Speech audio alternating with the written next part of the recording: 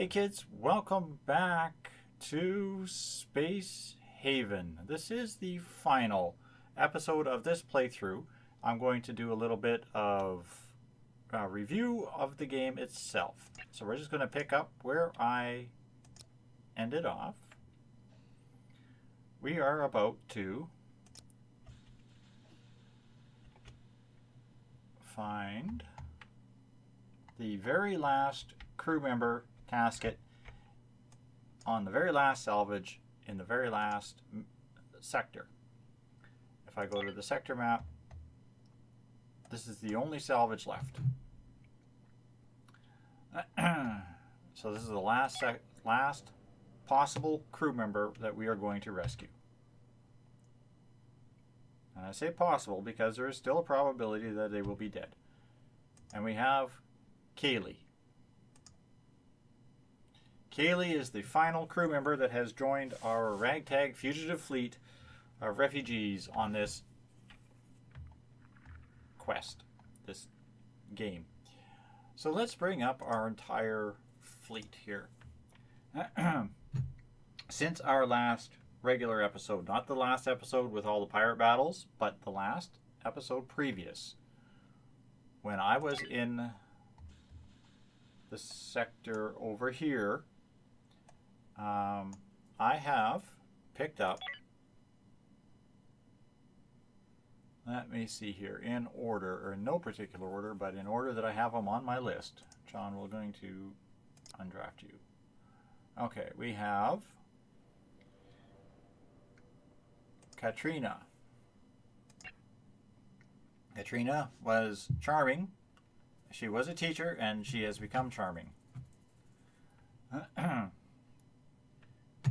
We have John. Not John, but John. He was a driller. And he is needy. He gets lonely quickly. I guess he still likes to drill. I'm not sure. We have... Let's see if I can find him here. You'll probably see a few new names. Oh, there he is, right beside John. Iggy. Iggy was a police officer. He is now a hero.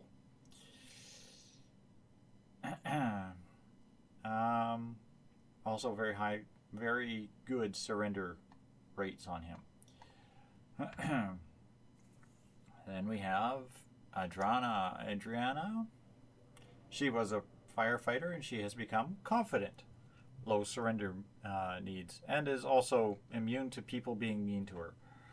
That's one of these random things that just scroll through here on this hideous thing. And as you can see, it says we are on day 508 of the gameplay. But we're not done yet. Adriana, who are we on after Adriana? We have Jay.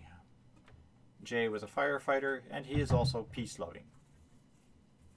He's another gunner, too. I'm not sure what the deal is with that, but hey, we got a peace-loving gunner. We have Kaylee. Kaylee. That's another Kaylee, not like Callie. And I think I had another Kaylee in here too somewhere. I'm not sure. Different spellings of the same name, but she was a scientist, is hardworking, and is in reasonably good skills.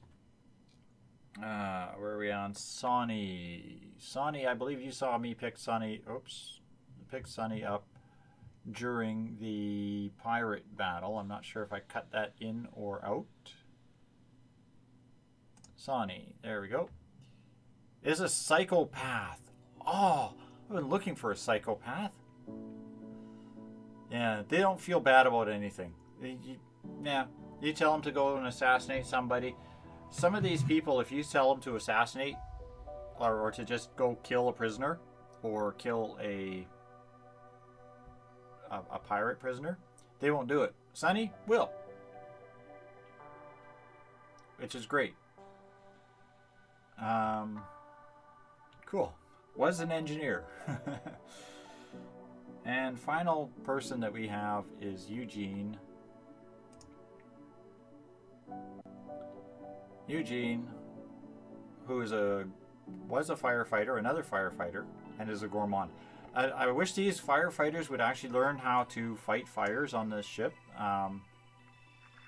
because I'm going to use a little bit of footage from clips and bits of footage for the next little bit here when I go over my list, but fires is a huge one on my list. So let's minimize all of that nonsense. And this. Now let's review this game. Overall, I would say you're looking at approximately 50 to 60 hours of solid gameplay, depending on how much you want to do it. There is a lot of unclear instruction and tooltips that are not very clear, but I mean, they're not exactly counterintuitive. I mean, you can figure them out. Some of these tooltips are your overlays. This is something that I really think people need to be aware of early game, and they're not. We're going to go over these overlays real quick here. Vents. Ventilation control is huge. As you can see, I have certain areas that have red lines on them. The vents going into this area are closed. That means this area has no air coming in. Same as here. Same as this area. This vent is closed to prevent air traveling into this space. I mean, it will travel when they open the door, but the idea is to prevent the airflow in here. Same as that. The reason for this one, of course, is because there's a kitchen right there. The next one is hazardous gases. Now, I have not had any issue with hazardous gases, even when they have set the ship on fire. But smoke, I have. Smoke levels, especially when they set a ship on fire or set a kitchen on fire, smoke levels get really thick really quickly. But there is an animation for the smoke which lets you see what's going on. Carbon dioxide. Carbon dioxide is one that you will want to be aware of how to use. The reason for it is your guys will hang out in a room and you may not notice it. You probably won't even tell. All of a sudden you'll look up and half your crew is wearing spacesuits, because the air in that room is, like, as you can see, this room, this is a storage room, and this has 20 CO2 in it. There is airflow coming from this vent here into that room, and from this vent down through this and into this room, and there's a scrubber right there. Okay, so it's taking carbon dioxide out over here, which you can see the numbers are lower in this area. But this is a storage room, and they spend a lot of time in there. So you keep your eye on carbon dioxide is one you'll need to watch for. Oxygen. Oxygen is one of the ones that you will, absolutely will, at some point during the gameplay have to deal with. Be familiar with how it works. Okay? Again, it's just tiers of colors. The brighter the color, the better the oxygen. The lower the oxygen, the darker it gets. As you can see, I have rooms with no oxygen. The oxygen is prevented going into this room, and they have 0 scores. This room is locked off, but it has received oxygen from people coming in and out a lot. This room is sealed off with a spacesuit door, so they can't even bring oxygen in with them. And it looks brighter blue, but it's just the floor coloring. This room has very limited oxygen flow, but there's not a lot of people in here. At some point in time, you will probably run out of oxygen production on your ship. You need to know how to manage the oxygen that you have using the vents. Isolated areas. This is one that you will have pop up during construction, and it will drive you absolutely flippin' insane. You will have one little block that hasn't been built yet, or one section of hull that hasn't been built yet, and then these guys can't get to the other side. That will happen. Also, make sure you have walkways around your jump drives. If they can't get through, if you think you can just access it from one side, it may not be. You may have to actually build it up around it. Same goes with a few other things that you can build. The easiest thing to resolve that with, especially if you're using builds on a angular ship, is just add extra wall pieces. I mean, you don't need it, but put an extra wall piece in that corner just to prevent that inaccessible area. Try to think that you're trying to fill all of the spaces with a purpose.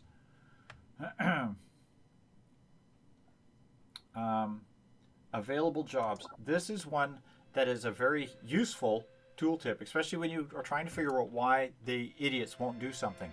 For example, I have stacks of corpses still hanging out here. At one point, I had almost 100 corpses laying here, and I couldn't figure out why they weren't harvesting them. Well, it turns out that at some point in time, this table got bugged. This is the butcher's table, or the whatever table. I just picked it up, I just deleted it, and I replaced it, and it cleared the problem right up. But I checked the build or the jobs menu, and there was no jobs on that table, even though there was a huge demand for that meat to be processed. The little gear icon indicates maintenance to be done. Of course, this is logistics. Something has to be picked up or dropped off, that sort of thing. It's fairly easy to tell, and I believe blue is somebody has been already assigned to it, and green is somebody is... No, green is somebody is assigned to it. Blue is it's waiting for somebody to be assigned to it. Particularly useful if you have something that you need built. Comfort levels. This is only really somewhat useful if you're trying to build a ship and you want your staff, your crew, to go to a particular location on that ship for their rest and relaxation.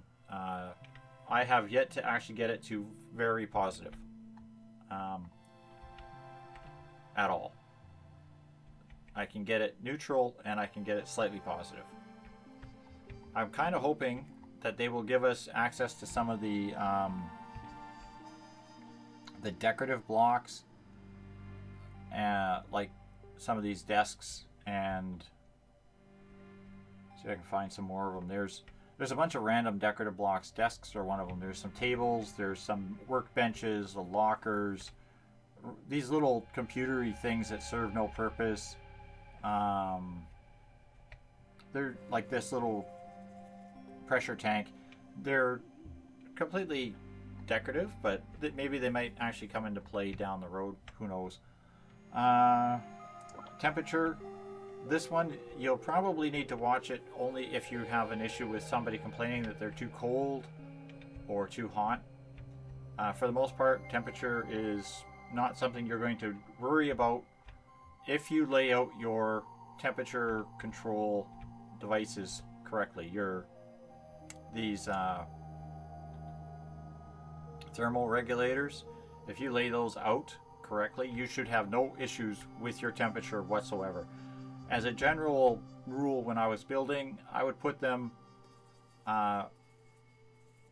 find that other one that I have here. There's one literally across the hall from it, but I would put them fairly close to each other, and I would try to have one in every enclosed space.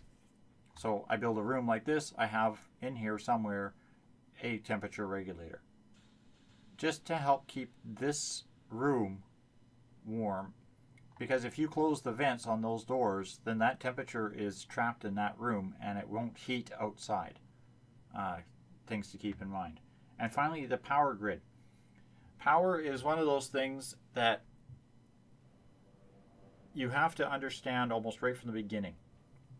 And the way it works is you got to think of it as a flow from to, a pull from to. The things that demand power are trying to pull power from whatever is closest. Okay? And the things that supply power are trying to pull power from whatever is closest. They're all trying to draw power in.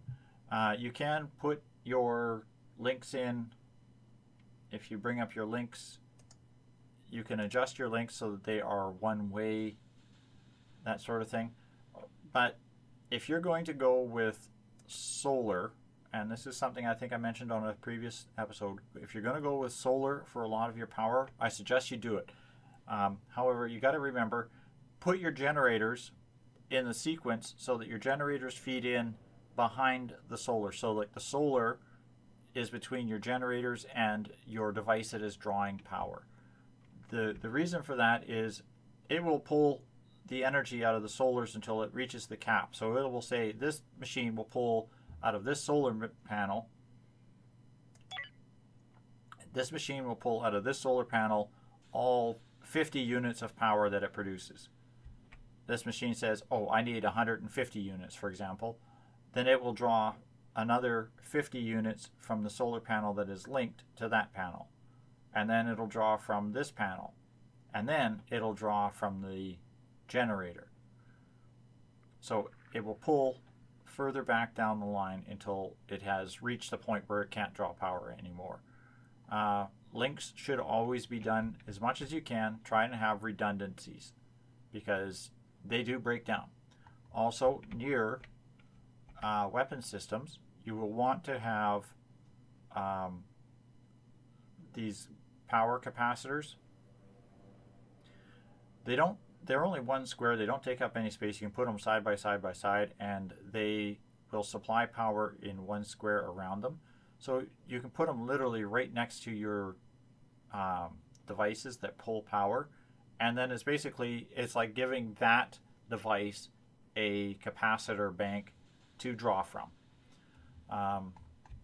This is a poor design, but over here, as you see, I put a group of 5 with a node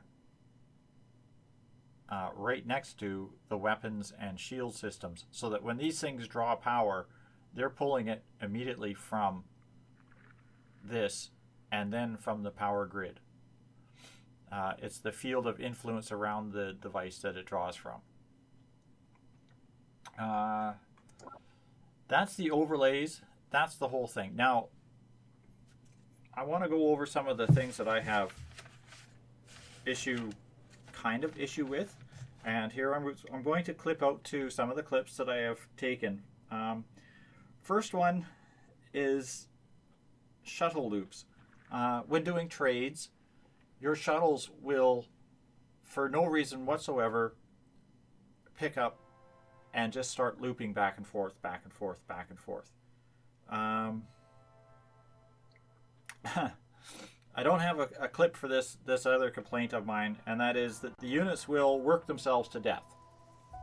But they will literally stand in a ship like this with no oxygen and no energy and no nothing, and they will wander around this ship. They will leave the shuttle at the far end of the ship, wander all the way over here when it's like 2 minutes before their break, and they're out of air, and then go back over here and complain that they don't have oxygen on this complaints side.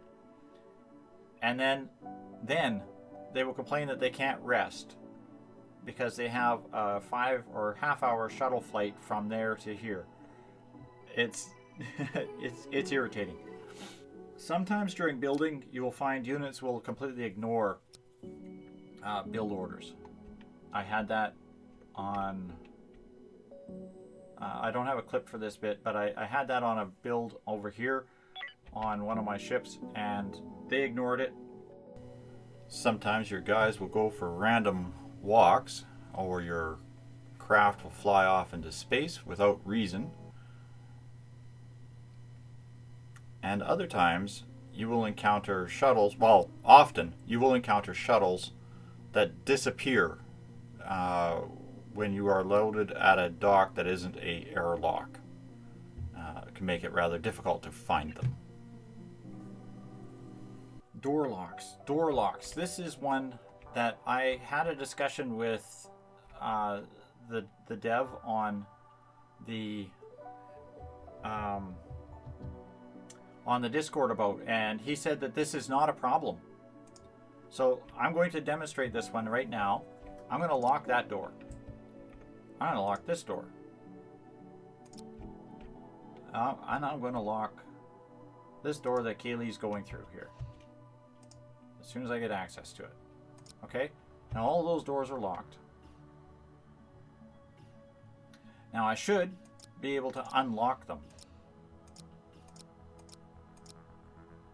Now, okay, there's the trick, is you have to click open or normal.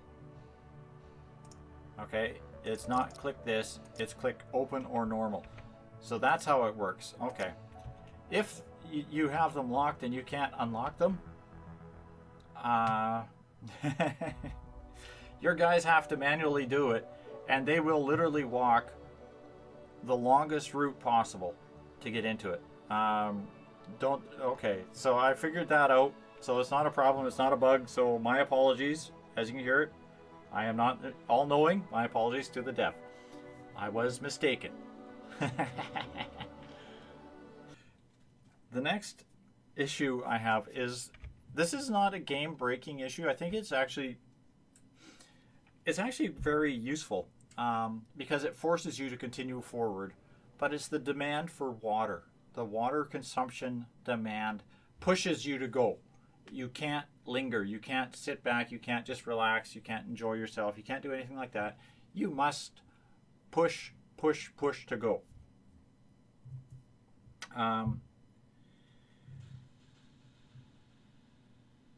But my number one bug, irritant, if you will, of this entire game is when they set fire to something and the entire group forms a Congo line and flows in and out and out and in, and it's like you have the air is set, or a door is set to not allow airflow, and here you have 20 people run through that doorway to open and let all that smoke out. That smoke will kill plants. It will destroy things in the area. It will damage other stuff. So it will particularly kill your plants.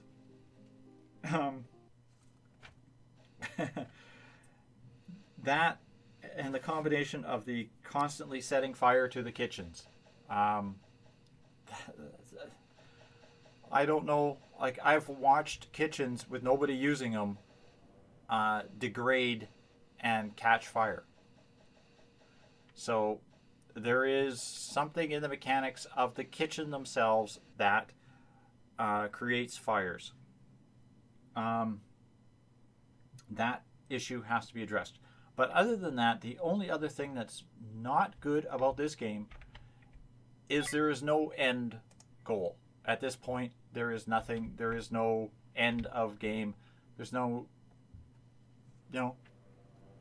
what, like, okay, you've completely explored the universe, and it's missing that feeling of achievement of something grandeur, something great. I've seen suggestions. I have made suggestions as well. Things like planet landings, setting up bases, or setting up. I would love to see this game where you actually set up a relay or a network of trades and trade bases and that sort of thing. Resources on planets, you bring them up to space, you set up trade things, people come and trade with you all the time. It's great. By the way, my final tally on the game itself, I have 141,000 credits. And I believe a total of 30 crew members. Now, we did lose one crew member to pirate combat. We almost lost a second one because he glitched out and I couldn't get control of him in time. But I had to resort to a save game to fix that. Those were the only two crew members I lost. Overall, this is a great, great game. There is something I did notice, and that comes entirely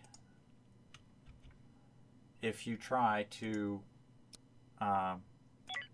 upgrade your faction status, because you can't get over, I haven't been able to get over 40 points of faction status with the other factions. In fact, Merchant Alliance or Merchant Federation is the lowest one I have right now. But the only way, like, I mean, I've killed pirates by the millions.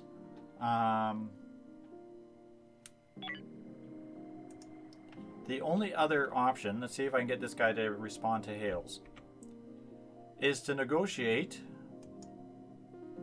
Not that. Actually, negotiating, we'll try that.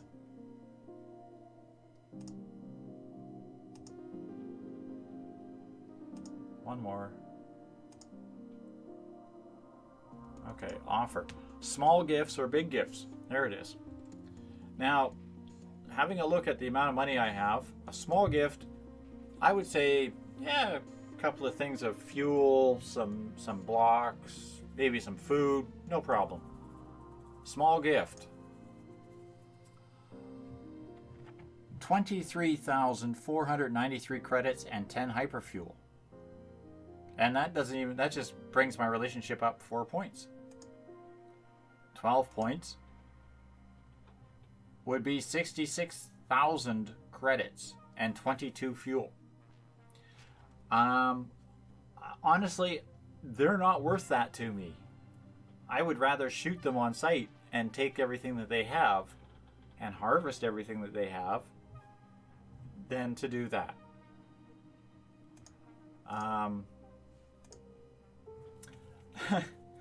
So that probably needs a little balancing, just a bit. Some of the AI issues, but other than that, the game for pre-alpha. This isn't even alpha game. This is still in development, base game development situation. This game is awesome. I really enjoyed playing it, and I'm going to leave you with the absolutely number one best thing in this game. So thanks all for watching, kids. Hope you enjoyed Space Haven, and good night for now. Before you sleep tonight, come take my hand once more. Step out, let's dance.